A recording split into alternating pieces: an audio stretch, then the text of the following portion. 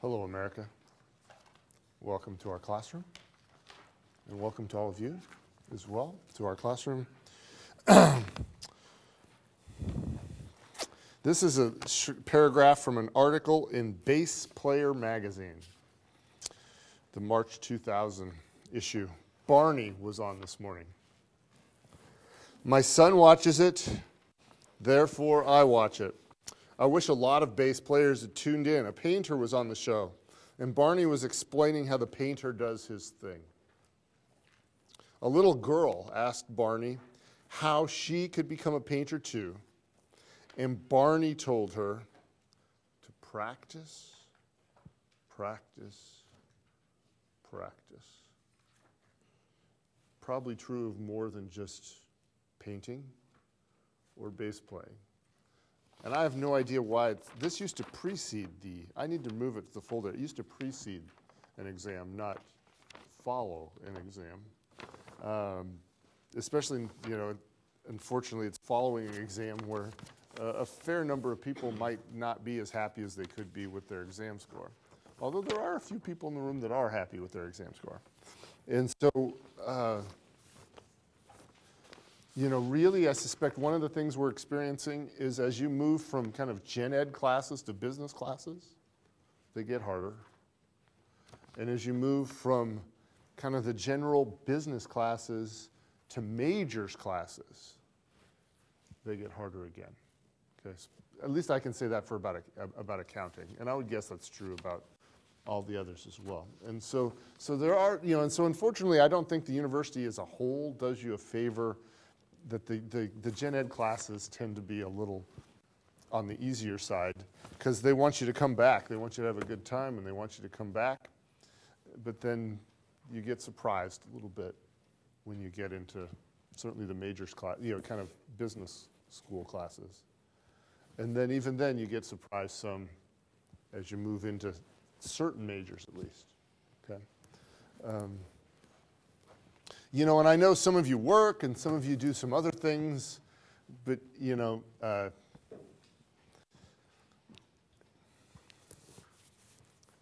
course content, unfortunately, isn't, it's still the same, regardless of whether you work or whether you have 20 hours a week to devote to this class, it's this, you still have to do perform at the same level regardless of what other struggles you might be struggling with outside of class.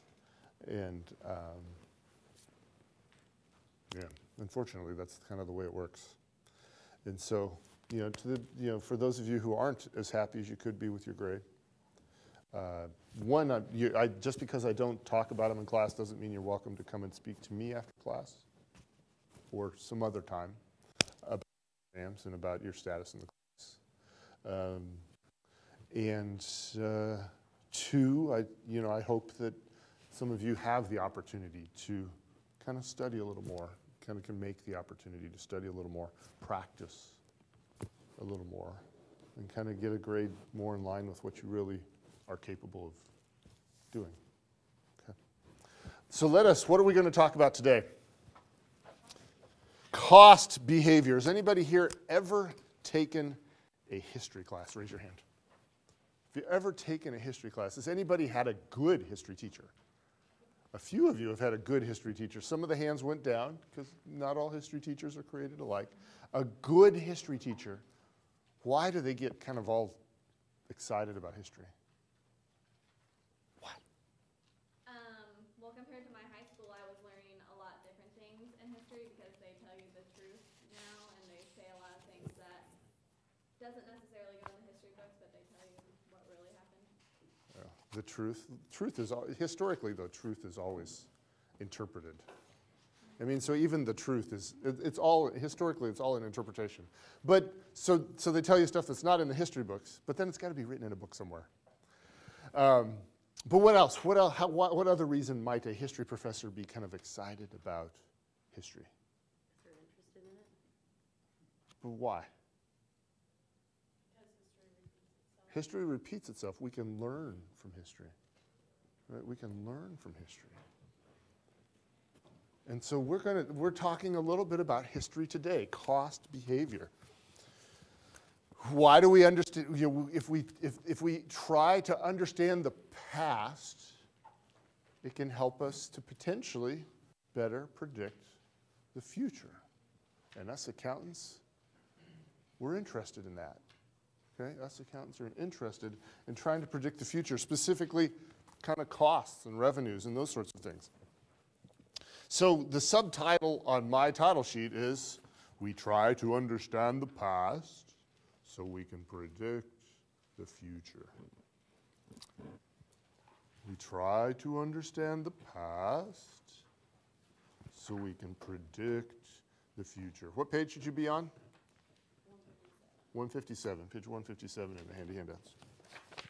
Okay? So we're going to review a little bit, which should feel warm and fuzzy. We're going to review a little bit here, okay? Let's do this.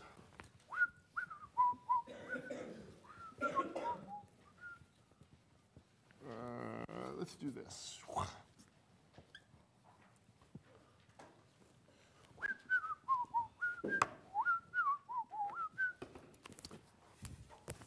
Melissa McLaughlin, what is this?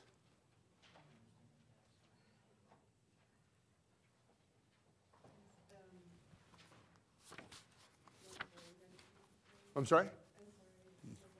Mr. Michael? It's a graph of something that was on this test or the test before? One before.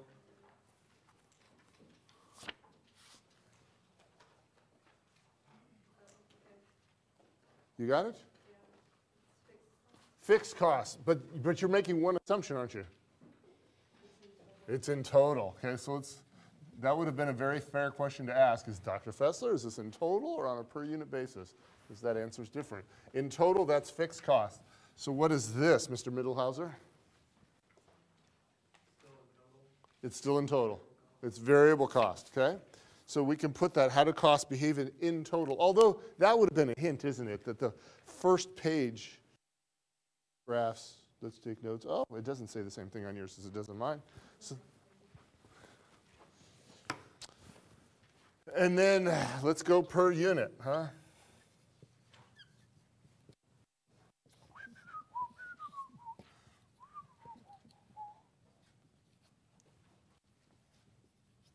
I know somebody who's an see those labels I put on those axes?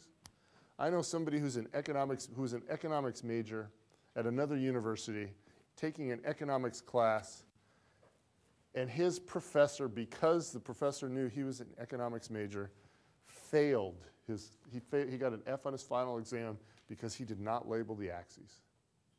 F. So per unit, what's the graph look like, Mr. Montgomery?